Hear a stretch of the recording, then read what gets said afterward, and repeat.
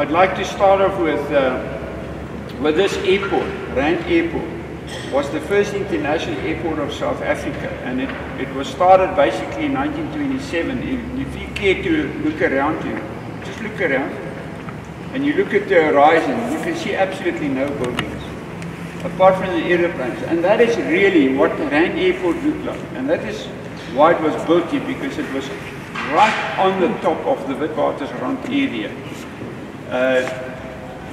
So it was an open grassland, and the aeroplanes landed any which way they came. So all the early aeroplanes from Europe that flew from here, and they always aimed for Cape Town, funnily enough, I don't know why.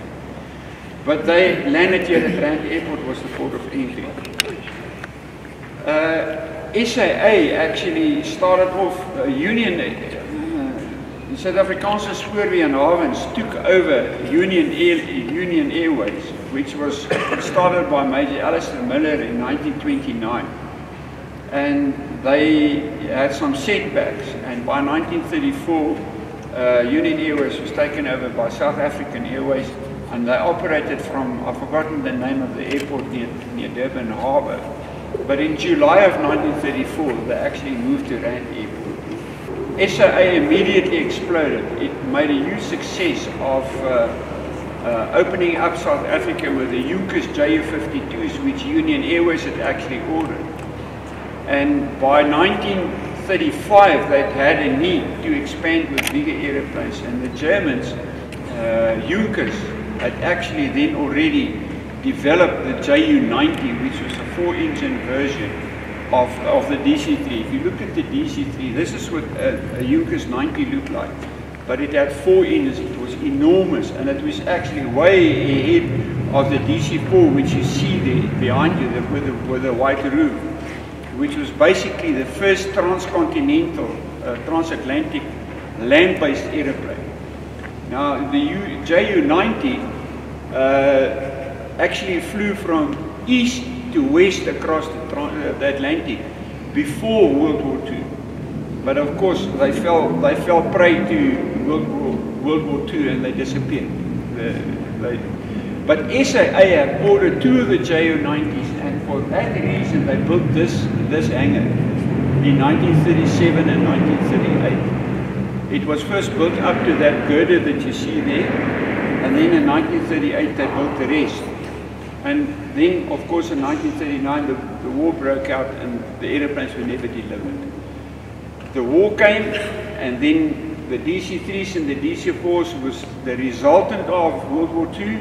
And after World War II, SAA took a whole bunch of them and introduced them into service, and this became the main maintenance base of SAA until 1953, when Jan Smuts Airport opened up. And for us as a family, this is great significance and emotional value, because between myself, Pietro, Benny, and my son Piet, who's a captain of Mango, between the 4 of us, we together accumulated 76 years of service with SAA. So SAA has actually become part of our DNA, and of course what is happening to it today is very emotional for us, and I get cross when I just listen and read what is going on, and I don't want to comment on it. But this has got great significance for us, and we slowly but surely developing this into in memory of us as a family, you know, to preserve our legacy, the 4 of us, but also SAA's legacy and our involvement in SAA. The DC-3, I've just been telling some of our guests, is significant in that it was the first aeroplane that was ever designed as a passenger liner that could fly profitably with passengers only. Before that they had the Boeing 337, which was Suez, and the US actually had to subsidize the postal services with post and passengers, and they had to pay for them to operate. They couldn't do it on their own. But in 1934 actually, Captain Eric Smith from Eastern Airlines went to Mr. Donald Douglas and said, I want an aeroplane that can do this, and this is the result. And it was introduced into service in 1936, and it actually had as great an impact, if not bigger, than what the GPS and internet and penicillin and as the such in modern life. It opened up the world. It did for the domestic and the regional services of the world what the DC-4 did for intercontinental travel after World War II. They went on to build around 15,000 DC-3s, C-47s, cargo airplane during World War II. And they were built in Holland, USA, and Japan. And in Russia, by the way, but it was called something else. It was called the LI-2. And the Beech 18 that we'll be flying with today is also really of great significance. Okay, the first one to call it Pinocchio will stay behind. But really, if you look carefully just now, when we come back, if you get a moment behind the DC-3 here, it's a short nose that is detachable from the aeroplane, and you can put the long nose back on.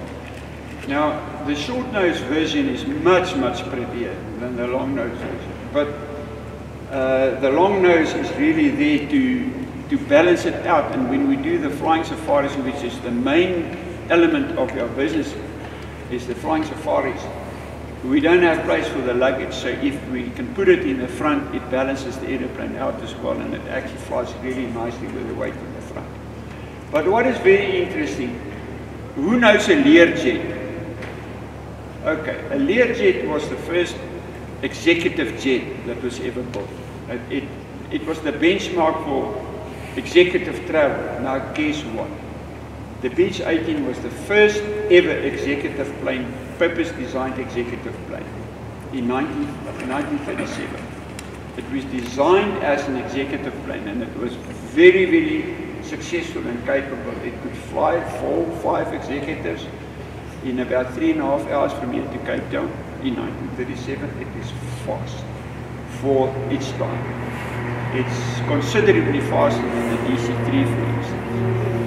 But it was so successful that they built so many of them during World War II, and they floated around after World War II, and then they realized that there's a demand for small parcel freight.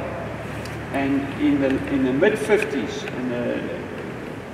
from the mid-50s, they started using these to develop what we know today as the cargo business, which is established by FedEx, UPS, and all the big ones. Well, they started with small parcel freighter business in the 50s with Beech 18s. That's what it's called. And this particular one was built in 1959 as an E18S. It's a super. And if you look carefully, if you know aeroplanes a little bit, the first Beech 18s had a lower roof. And the curve of the roof started just above the windows. You can see that rivet line there. And they lifted it just that 6 inches, which makes it really comfortable to walk inside the plane. And that is where the whole idea was born for the Beechcraft 1900D as well, which is a very common plane today. Senior operates a whole bunch of it. This one was built, and you'll see on the other side just now, when you go and board the plane, it actually has a double cargo door for the freighter business. And it's got a small pilot entry door, which was specifically built for Pete. You can easily get through the small door on the left-hand side. And it was built for Millard Air, which is in Canada, who is still operating cargo to this day.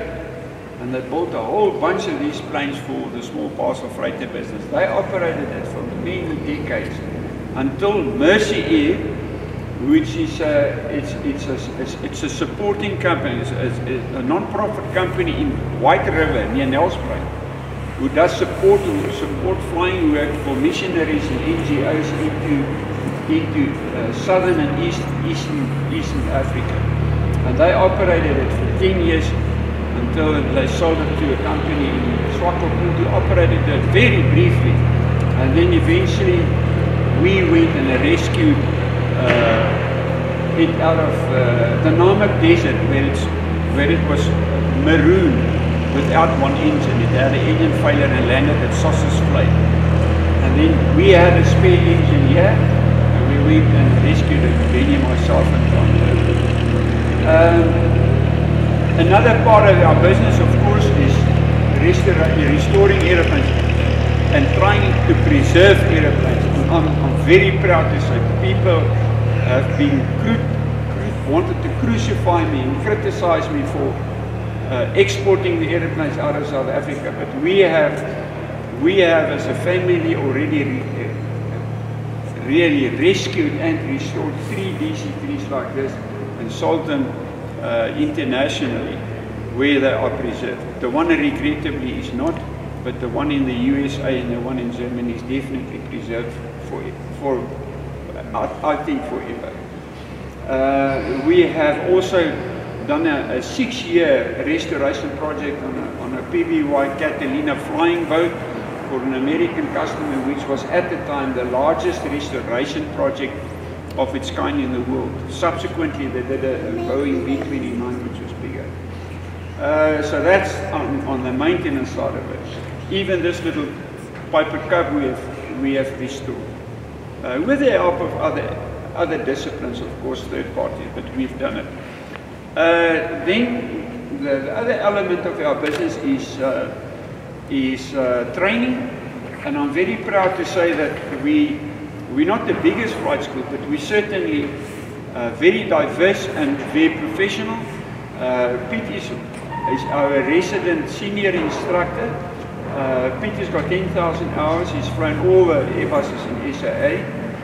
He's got many hours on DC-3, 3,500 hours I think on DC-3s. And now he's teaching youngsters on Cessna 150s because he's lost his job at SAA.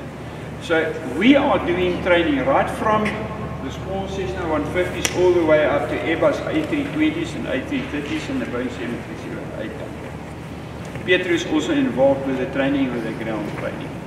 And then we have, lastly, we have the Dakota Lodge, which is really carrying us financially at the moment. It's the only element of our business that's really making money.